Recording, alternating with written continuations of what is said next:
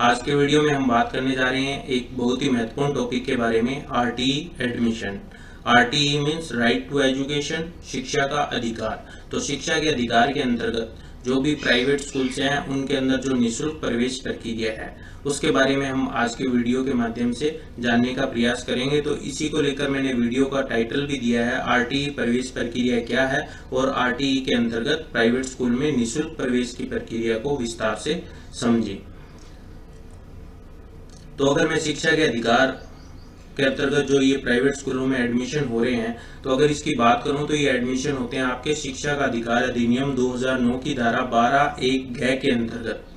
तो इसके अंतर्गत ये जो भी गैर सरकारी विद्यालय या फिर जो प्राइवेट स्कूल्स हैं उनमें निःशुल्क सीटों पर प्रवेश की प्रक्रिया को पूर्ण किया जाता है। तो आज के वीडियो में हम जितने भी चर्चा करेंगे वो इस वर्तमान सत्र को लेके करेंगे, सत्र 2020-21 की। तो सबसे पहले तो मैं इसकी थोड़ी सी पृष्ठभूमि के बारे में बात कर लेता हूँ। तो ये जो शिक्षा का अधिकार अधिनियम 2009 है, ये राज्य के अंदर 1 अप्रैल 2010 से लागू हुआ और इसके अंतर्गत जितने भी प्राइवेट स्कूल्स हैं उनकी जो एंट्री लेवल कक्षा है उसकी 25% सीटों पर दुर्लभ और असुविधाग्रस्त समूह के बालक बालिकाओं को प्रवेश दिया जाकर यह प्रवेश देकर उनको कक्षा 8 तक निःशुल्क शिक्षा उपलब्ध करवानी होगी।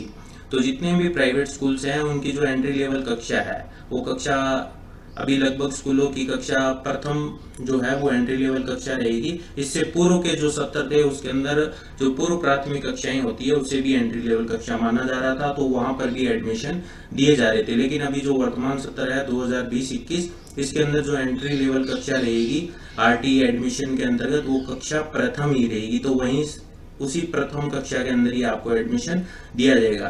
तो इस प्रथम कक्षा में एडमिशन देने के बाद में कक्षा 8 तक इस प्रकार के जो दुर्लभ वर्ग या असुविधाग्रस्त समूह के जो बालक है जिनका नंबर वरीयता सूची के अनुसार अगर स्कूल में प्रवेश हो जाता है तो कक्षा 1 से लेकर 8 तक इन प्राइवेट स्कूलों को इन बच्चों को निःशुल्क शिक्षा उपलब्ध करवानी होगी।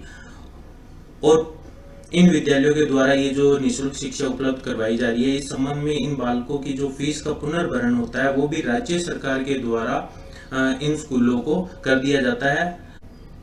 उसके बाद में अगर हम आगे बात करें तो इस अधिनियम के अंतर्गत जैसा कि मैंने बताया कि ये 1 अप्रैल 2010 से लागू हो चुका है और उसके बाद में इसमें जो गैर सरकारी विद्यालयों में जो प्रवेश की प्रक्रिया है जो वो आपकी सत्र 2012-13 से इसके अंदर प्रवेश स्टार्ट कर दिए गए थे और तभी से जो फीस पुनर्भरण का जो प्रोसेस होता है वो भी इसी समय से लगातार चल रहा है। तो अभी वर्तमान की बात करें तो लगभग 36,000 गैर सरकारी विद्यालय या प्राइवेट स्कूल संचालित है। इन स्कूलों के अंदर आरटीई शिक्षा के अधिकार के अंतर्गत जो निःशुल्क प्रवेश की प्रक्रिया है वो इन स्कूलों के अंदर संपन्न करवाई जा रही है। और अगर हम सत्र 2013-14 की बात करें तो यहाँ से जो शिक्षा के अधिकार के अंतर्गत जो प्रवेश हो रहे हैं इससे संबंधित जो भी कार्य है उस संपूर्ण कार्य को ऑनलाइन कर दिया गया है ताकि पारदर्शिता बनी रहे। तो इसको लेकर स्कूल शिक्षा विभाग राजस्थान सरकार द्वारा एनआईसी के सहयोग से एक वेब पोर्टल का निर्माण किया गया है। तो इस वेब पोर्टल के माध्यम से ही 2014 से प्रवेश है और इसके आगे की जो भी प्रक्रिया है भौतिक सत्यापन, मॉनिटरिंग, ये सब कुछ इसको ऑनलाइन कर दिया गया है। आगे अगर हम बात करें प्रवेश प्रक्रिया की तो इसमें जैसा कि मैंने शुरुआत में आपको बताया कि एंट्री लेवल कक्षा के अंदर यहाँ पर प्रवेश दिया जाएगा। तो इसके लिए प्रत्येक जो निजी विद्यालय को अपने विद्यालय की एंट्री लेवल कक्षा में उस कक्षा में प्रविष्ट कुल बालकों की या बालिकाओं की कुल संख्या का 25% सीमा तक दुर्लभ वर्ग और असुविधाग्रस्त समूह के बालकों को निःशुल्क प्रारंभिक शिक्षा हेतु प्रवेश देना होगा। तो यहाँ पर 2 वर्ड आए हैं, दुर्लभ वर्ग और असुविधाग्रस्त समूह। इनके बारे में हम आगे चर्चा करेंगे कि दुर्लभ वर्ग में किस कैटेगरी के बालक बालिका आ रहे हैं और असुविधाग्रस्त समूह के अंदर किस कैटेगरी के बालक बालिका आ रहे हैं। और अभी यहाँ पर एक जो वर्तमान सत्र के अंदर जो नया पॉइंट जोड़ा गया है वो ये जोड़ा गया है कि राज्य में स्थित प्रत्येक गैर सरकारी विद्यालय में सत्र 2020-21 से केवल कक्षा 1 में आरटीई में प्रवेश लेना अनिवार्य होगा तथा पूर्व प्राथमिक कक्षाएं PP3, PP4, PP5 में सत्र 2020-21 से आरटीई में प्रवेश नहीं ले सकेंगे। तो अभी जो वर्तमान सत्र होगा इसमें जो प्रारंभिक या एंट्री लेवल कक्षा रहेगी वो कक्षा प्रथम ही रहेगी, वहीं पर आपको एडमिशन मिलेगा। इससे पूर्व के सत्र में आपको पूर्व प्राथमिक कक्षाओं में भी प्रवेश मिल रहा था जो कि इस वर्तमान सत्र के अंदर उसको पूर्णतः खत्म कर दिया गया है। अगर हम आगे बात करें प्रवेश के लिए पात्रता, तो पात्रता के लिए जो शर्तें रहेगी उसमें जो पहली शर्त है वो काफी महत्वपूर्ण है। यहाँ पर दिया गया है बालक गैर सरकारी विद्यालय के आसपास के परिक्षेत्र में निवास करने वाला होना चाहिए। अर्थात आप वर्तमान में जहाँ पे भी निवास कर रहे हैं आप उसके नजदीकी एरिया के जो प्राइवेट स्कूल्स हैं उसके लिए ही आप आवेदन कर सकते हैं। अगर हम शहरी क्षेत्र की बात करें तो विद्यालय का जो परिक्षेत्र है वो शहरी क्षेत्रों में संबंधित स्थानीय निकाय अर्थात नगर निगम, नगर परिषद, नगर पालिका जैसी भी स्थिति हो, और ग्रामीण क्षेत्र में संबंधित ग्राम पंचायत को निर्धारित किया गया है। तो जब भी आप आवेदन करें उस समय आप अपने एरिया से संबंधित विद्यालय के लिए ही आवेदन करें। किसी भी स्थिति में विद्यालय से संबंधित शहरी निकाय या ग्राम पंचायत से बाहर निवास करने वाले बालक बालिकाओं को उस विद्यालय में प्रवेश के पात्र नहीं होंगे। अर्थात मान लीजिए आप आवेदन के समय कोई ऐसा स्कूल भर देते हैं जो कि आपके एरिया से संबंधित नहीं है, या फिर किसी अदर नगर पालिका या किसी अदर ग्रामीण क्षेत्र की बात करें तो किसी अदर ग्राम पंचायत का अगर स्कूल है तो वहां पर आपको प्रवेश नहीं दिया जाएगा। अब आगे हम अगर बात करेंगे यहाँ पर दुर्लभ वर्ग और असुविधाग्रस्त समूह को यहाँ पर डिफाइन किया गया है कि दुर्लभ वर्ग में कौन सी कैटेगरी के बालक बालिका आ रहे हैं और असुविधाग्रस्त समूह के अंदर कौन सी कैटेगरी के बालक बालिका आ रहे हैं। अगर हम दुर्लभ वर्ग की बात करें तो ऐसे बालक जिनके अभिभावकों की वार्षिक आय 2.5 लाख रुपए या उससे कम है, तो इस प्रकार के बालक बालिका आएंगे दुर्लभ वर्ग के अंदर। और अगर मैं असुविधाग्रस्त समूह की अगर बात करूं तो इसके अंदर यहाँ पर एक लिस्ट दी गई है, 5-6 प्रकार के जो बालक हैं वो असुविधाग्रस्त समूह के अंदर आएंगे, जैसे अनुसूचित जाति के बालक, अनुसूचित जनजाति, अनाथ, HIV या कैंसर से प्रभावित बालक, युद्ध विधवा के बालक हैं, निःशक्त बालक हैं, या पिछड़ा वर्ग या विशेष पिछड़ा वर्ग, ऐसे बालक जिनके अभिभावकों की वार्षिक आय 2.5 लाख रुपए या उससे कम है। और इसके साथ ही ऐसे बालक जिनके अभिभावक का नाम BPL सूची में है। तो ये सभी कैटेगरी है जो कि असुविधाग्रस्त समूह के अंतर्गत आने वाली है।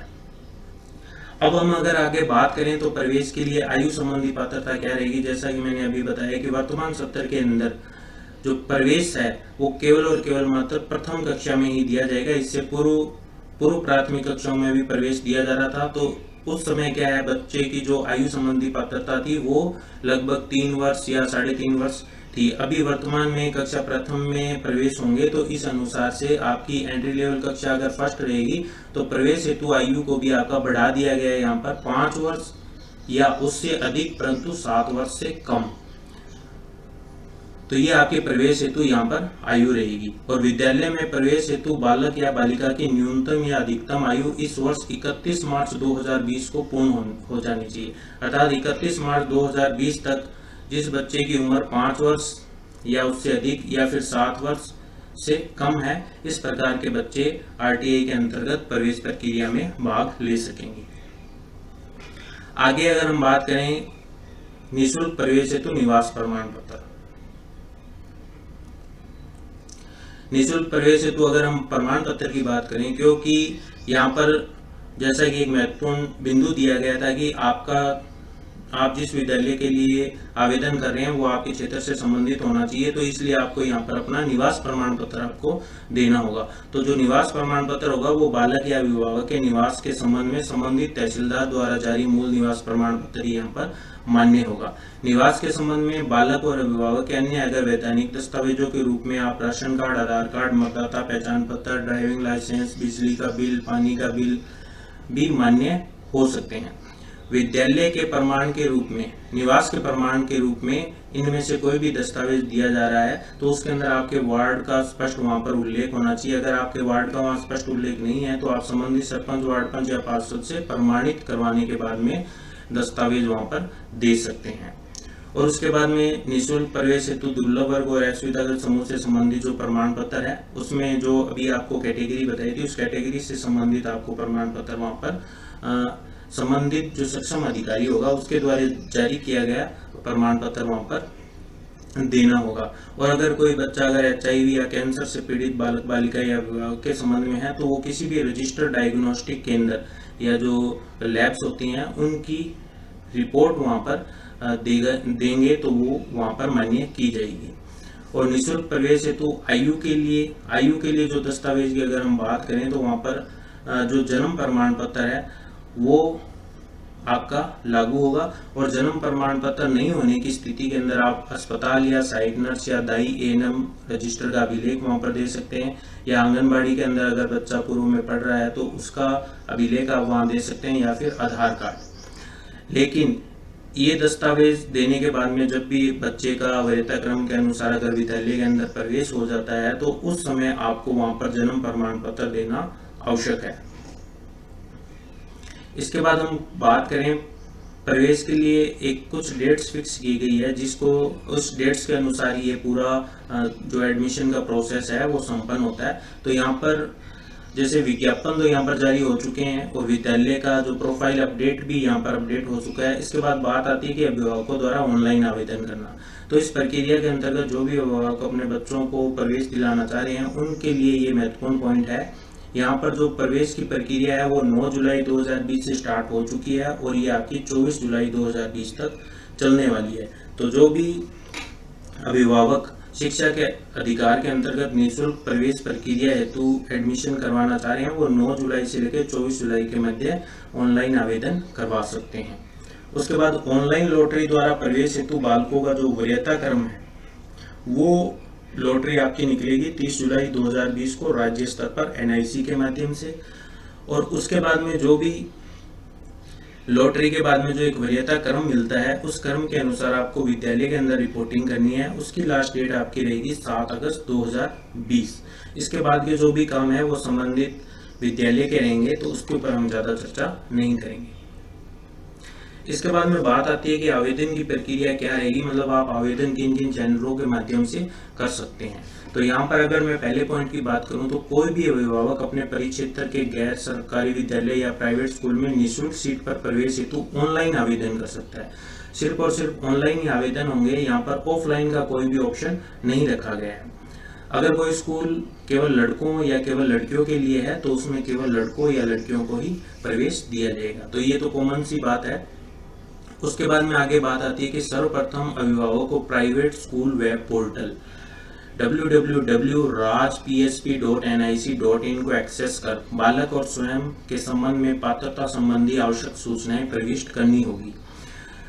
तो यहाँ पर ये जो वेब पोर्टल दिया गया है, इस वेब पोर्टल के माध्यम से आप ऑनलाइन आवेदन कर सकते हैं। यहाँ पर आपको लिंक मिल जाएगा ऑनलाइन आवेदन करने के लिए। जैसे ही आप उस लिंक के ऊपर आवेदन हेतु फॉर्म खोलते हैं तो उसमें जितनी भी सूचनाएं आपसे या बालक से संबंधित जो सूचनाएं मांगी जा रही है वो आपको वहां पर प्रविष्ट करवानी है।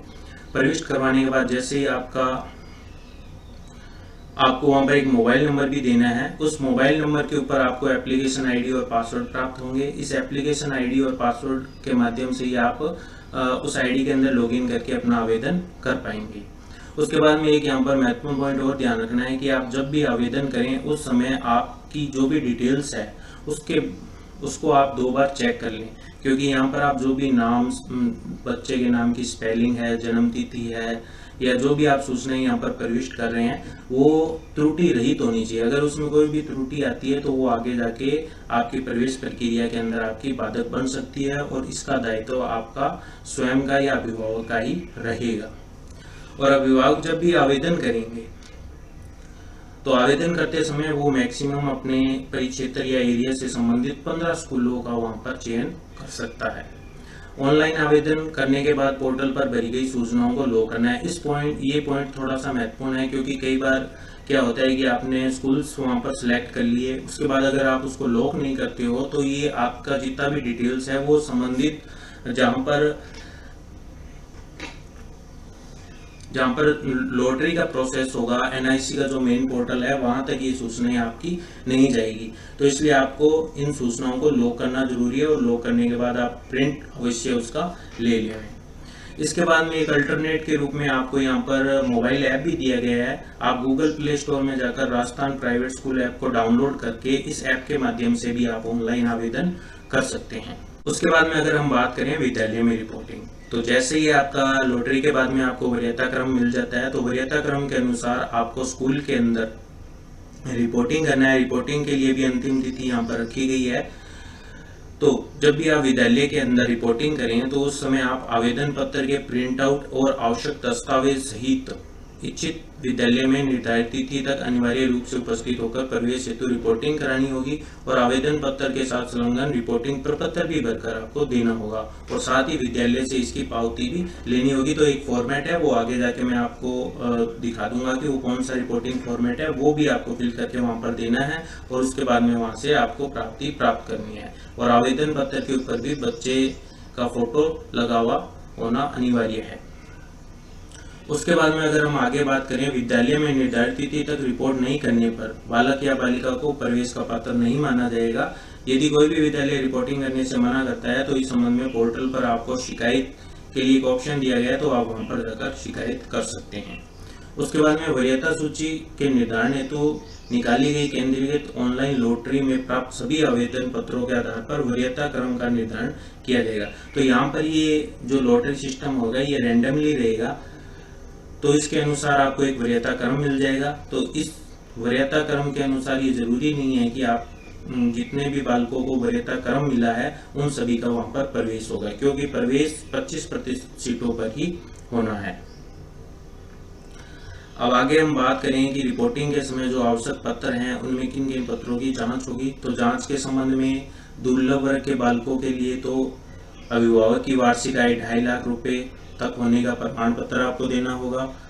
बच्चे या अभिभावक से संबंधित निवास प्रमाण पत्र आपको देना होगा और बालक की आयु संबंधी आपको दस्तावेज देना होगा। अगर वहीं मैं असुविधाग्रस्त समूह की अगर बात करूं तो जो भी कैटेगरी के अंतर्गत बालक आ रहा है उससे संबंधित अपना प्रमाण पत्र दे और उसके बाद में बालक अभिभावक का निवास संबंधी प्रमाण पत्र दे और बालक की आयु संबंधी दस्तावेज दे। तो ये 3 तरह के दस्तावेज रहेंगे जो कि रिपोर्टिंग के समय आपको देने आवश्यक हैं। इसके बाद में हम बात करते हैं कि जो ये लॉटरी रहेगी ये किस प्रकार से लॉटरी को निर्धारित किया जाता है और उसके बाद में किस प्रकार से एडमिशन दिया जाता है, इसके ऊपर हम थोड़ी सी बात कर लेते हैं।